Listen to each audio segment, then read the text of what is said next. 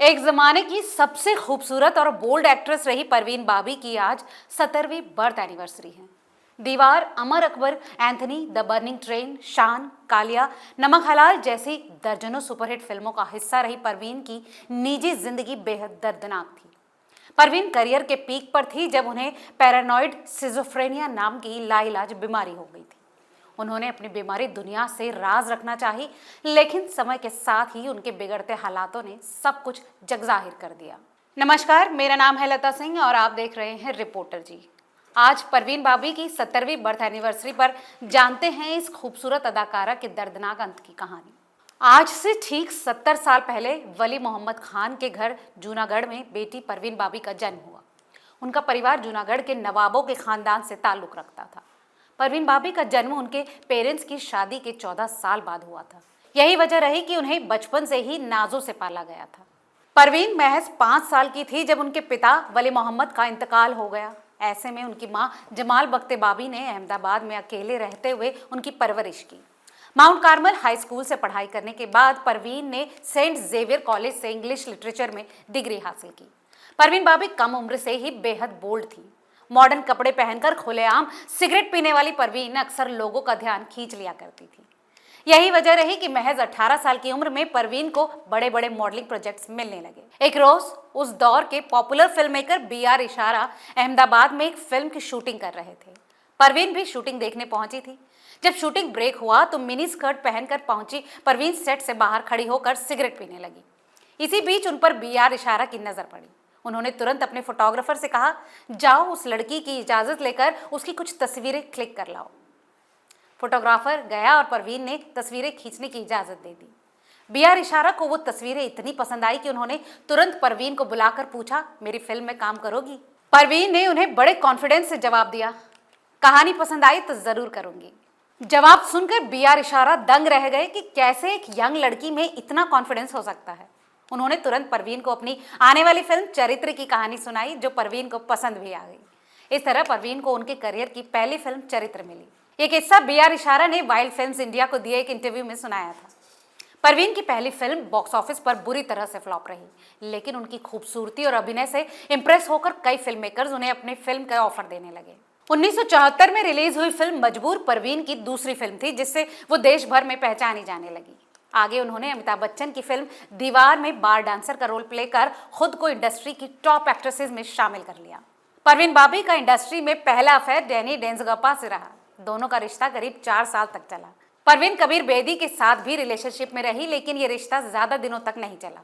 कबीर बेदी से ब्रेकअप के बाद 1977 में महेश भट्ट उनका सहारा बने।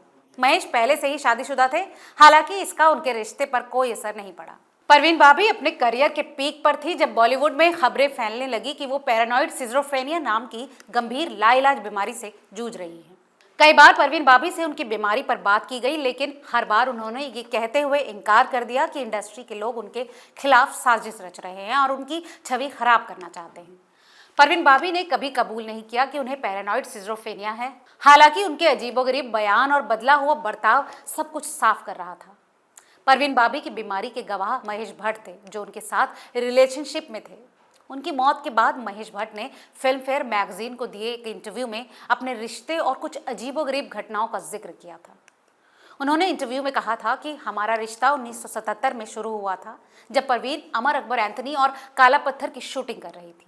हम साथ रहने लगे थे, लेकिन एक दिन अचानक कुछ अजीबोगरीब होने लगा। 1979 में एक शाम मैं उनके घर पहुंचा तो देखा कि उनकी बुजुर्ग माँ जमाल बाबी कॉरिडोर में सहमी हुई खड़ी थी। उन्होंने फुसफुसाकर कहा, देखो परवीन को क्या हुआ है। मैं अंदर गया तो देखा कि ड्रेसिंग टेबल पर लाइन से परफ्यूम की बोतलें रखी हुई हैं और परवीन फिल्म कॉस्ट्यूम में पलंग और दीवार के बीच दुबकी बैठी हुई है। वो कांप रही थी और उसके हाथों में एक चाकू था। मैंने उनसे पूछा कि क्या कर रही हो, तो उन्होंने धीमी आवाज में कहा, श्श, बात मत करो, इस कमरे में जासूसी करने वाले लोगों ने रिकॉर्डिंग डिवाइस लगा दी है। वो मुझे मारने की कोशिश कर रहे हैं, मुझ पर झूमर गिराने की कोशिश कर रहे हैं। महेश भट्ट कहते हैं, मैं कुछ समझ नहीं पाया और कुछ देर में परवीन बाबी मेरा हाथ पकड़कर बाहर ले आई। उनकी माँ निराशा से मुझे देख रही थी। उनकी आंखें बता रही थी कि ऐसा पहली बार नहीं हुआ है। परवीन की हालत देख महेश भट्ट समझ चुके थे कि उनकी हालत बिगड़ती जा रही है और उन्हें इलाज की सख्त जरूरत है। महेश परवीन को लेकर कई नामी डॉक्टर्स के पास भी गए। पहले तो परवीन को मेडिसिन से ट्रीट करने की कोशिश की गई, लेकिन उससे बात नहीं बनी तो डॉक्टर्स ने उन्हें शॉक थेरेपी देने को कहा, मगर महेश भट्ट ने इस बात से इनकार कर दिया। फिल्म फेयर को दिए एक इंटरव्यू में महेश भट्ट ने एक किस्से का जिक्र करते हुए बताया था कि परवीन अपने आसपास की हर चीज पर शक करती थी।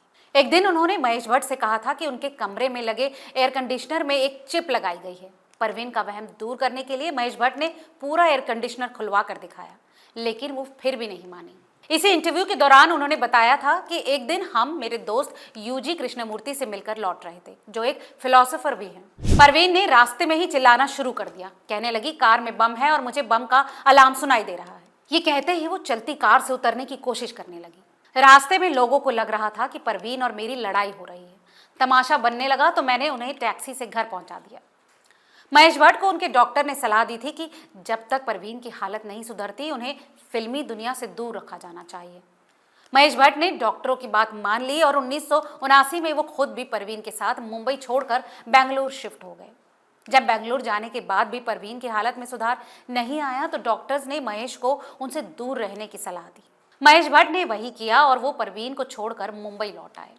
वो मुंबई में रहकर ही डॉक्टर से संपर्क कर परवीन की मदद करते रहे। एक दिन परवीन ने डॉक्टरों से कहा कि वो वापस मुंबई लौटकर फिल्मों में काम करना चाहती हैं, लेकिन डॉक्टरों ने उन्हें ऐसा करने से मना किया। कई दिनों तक अलग रहने के बाद एक दिन महेश भट्ट परवीन से मिलने बेंगलुरु आए। परवीन भाभी ने मिलते ही उन्हें एहसास दिला दिया था कि वो अपना इलाज नहीं करवाना चाहती है। इस बात के लिए महेश को कन्विंस करने के लिए वो उन्हें सिड्यूस करने लगी और कहा या तो मैं या डॉक्टर। महेश भट्ट समझ गए और उन्हें छोड़कर निकल गए। ये बात परवीन से बर्दाश्त नहीं हुई और वो कम कपड़ों में ही उनके पीछे दौड़ पड़ी। आखिरकार 1980 में महेश भट्ट ने परवीन से सारे रिश्ते खत्म कर दिए। इस अलगाव के बाद परवीन भाभी ने इलाज कराना बंद कर दिया और मुंबई आकर फिर से फिल्मों में काम करने लगी। परवीन भाभी साल 1983 में एक फिल्म की शूटिंग कर रही थी। शूटिंग के बीच ही 30 जुलाई 1983 को परवीन गायब हो गई। लोगों ने उनका पता लगाने की तमाम कोशिशें की, लेकिन उनकी कोई खबर नहीं मिली। अफवाह फैली कि परवीन भाभी पर अंडरवर्ल्ड के लोगों की नजर थी और वो लोग उन्हें उठा ले गए। साल 1984 में परवीन भाभी को न्यूयॉर्क एयरपोर्ट पर पुलिस ने पकड़ लिया और पागलखाने में बंद करवा दिया। खबरों के मुताबिक परवीन एयरपोर्ट पर अजीब बर्ताव कर रही थी। जब सिक्योरिटी स्टाफ ने उनसे पूछताछ की तो वो अपनी पहचान नहीं बता सकी। उन्हें हथकड़ियां पहनाकर पागलों के साथ बंद कर दिया गया।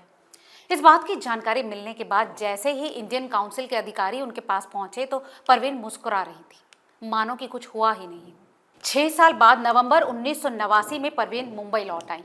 सफाई में उन्होंने कहा कि वो अपने दोस्त यूजी कृष्णमूर्ति के साथ दुनिया भर में घूम आध्यात्म की राह पर चल रही थी। उन्होंने कुछ साल कैलिफोर्निया में भी गुजारे थे। वापस लौटकर परवीन ने दोबारा फिल्मों में काम करना शुरू कर दिया। साल 1988 में परवीन को अमिताभ बच्चन के साथ फिल्म शान में कास्ट किया गया। एक दिन फिल्म का टाइटल सॉन्ग शूट हो रहा था कि तभी परवीन ने शोर मचाते हुए शूटिंग रुकवा दी। उन्होंने कहा कि सेट पर उनकी हत्या की साजिश रची गई है। उन्होंने कोस्टार अमिताभ बच्चन पर आरोप लगाते हुए कहा कि वो उनकी जान लेने की कोशिश कर रहे हैं और उन पर झूमर गिरवाने वाले थे। परवीन के ये संगीन आरोप सुनकर हर कोई हैरान था, लेकिन उनकी मानसिक स्थिति किसी से भी छुपी नहीं थी। शूटिंग रुक गई और परवीन घर चली गई। परवीन भाभी ने अमिताभ बच्चन के साथ मजबूर, दीवार, अमर अकबर एंथनी, काला पत्थर, सुहाग, 2 और 2, 5, शान, कालिया, नमक हलाल, खुद्दार जैसी कई फिल्में की हैं।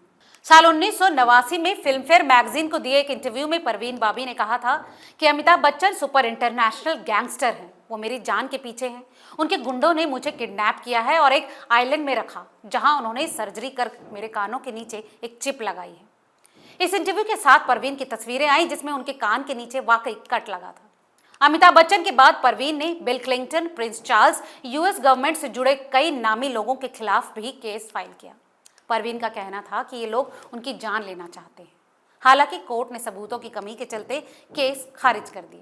सालों बाद परवीन भाभी तब सुर्खियों में आई जब उन्होंने कहा कि उनके पास संजय दत्त और 1993 में हुए सीरियल बम धमाकों से जुड़े पुख्ता सबूत हैं। 2002 में परवीन भाभी ने एक एफिडेविट फाइल पर कहा था कि उनके पास संजय दत्त के खिलाफ सबूत हैं। उन्हें सुनवाई के लिए कोर्ट बुलाया गया, लेकिन वो पहुंची ही नहीं। बाद में उन्होंने कहा कि अगर मैं आती तो मेरी हत्या कर दी जाती।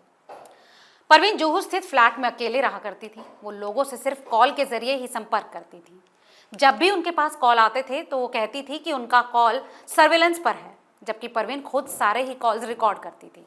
परवीन बाबी के अपार्टमेंट के बाहर दूध के पैकेट और अखबार जमा हो रहे थे। वो आमतौर पर रोजाना ही अखबार और दूध समय पर उठा लिया करती थी, लेकिन एक दिन पड़ोसियों ने गौर किया कि परवीन कई दिनों से घर से बाहर नहीं निकली है। जब पड़ोसियों ने पास जाकर जानने की कोशिश की तो फ्लैट में सड़न की बदबू आ रही थी। वो दुर्गंध इतनी तेज थी कि कोई दरवाजे के पास सांस नहीं ले पा रहा था। पड़ोसियों ने तुरंत पुलिस को खबर दी और जब पुलिस ने दरवाजा तोड़ा तो मंजर दिल दहला देने वाला था।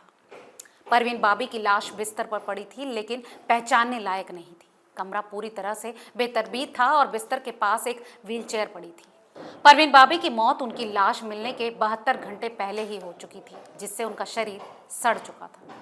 खबर मिलते ही बिल्डिंग के नीचे मीडिया जमा हो गई। वहां कोई रिश्तेदार नहीं था जो उनकी बॉडी को क्लेम करे। पोस्टमार्टम रिपोर्ट से साफ हुआ कि परवीन की मौत मल्टीपल ऑर्गन फेलियर से हुई थी। उनके पेट में अन्न का एक कतरा भी नहीं मिला, लेकिन शराब के ट्रेसेस जरूर मिले थे। तो ये थी परवीन बाबी से जुड़ी उनके दर्दनाक मौत की कहानी। आज की इस रिपोर्ट में फिलहाल इतना ही। आपको आज का ये वीडियो कैसा लगा हमें कमेंट करके ज़रूर बताएं और ऐसी तमाम और रोचक कहानियों के लिए देखते रहिए रिपोर्टर जी।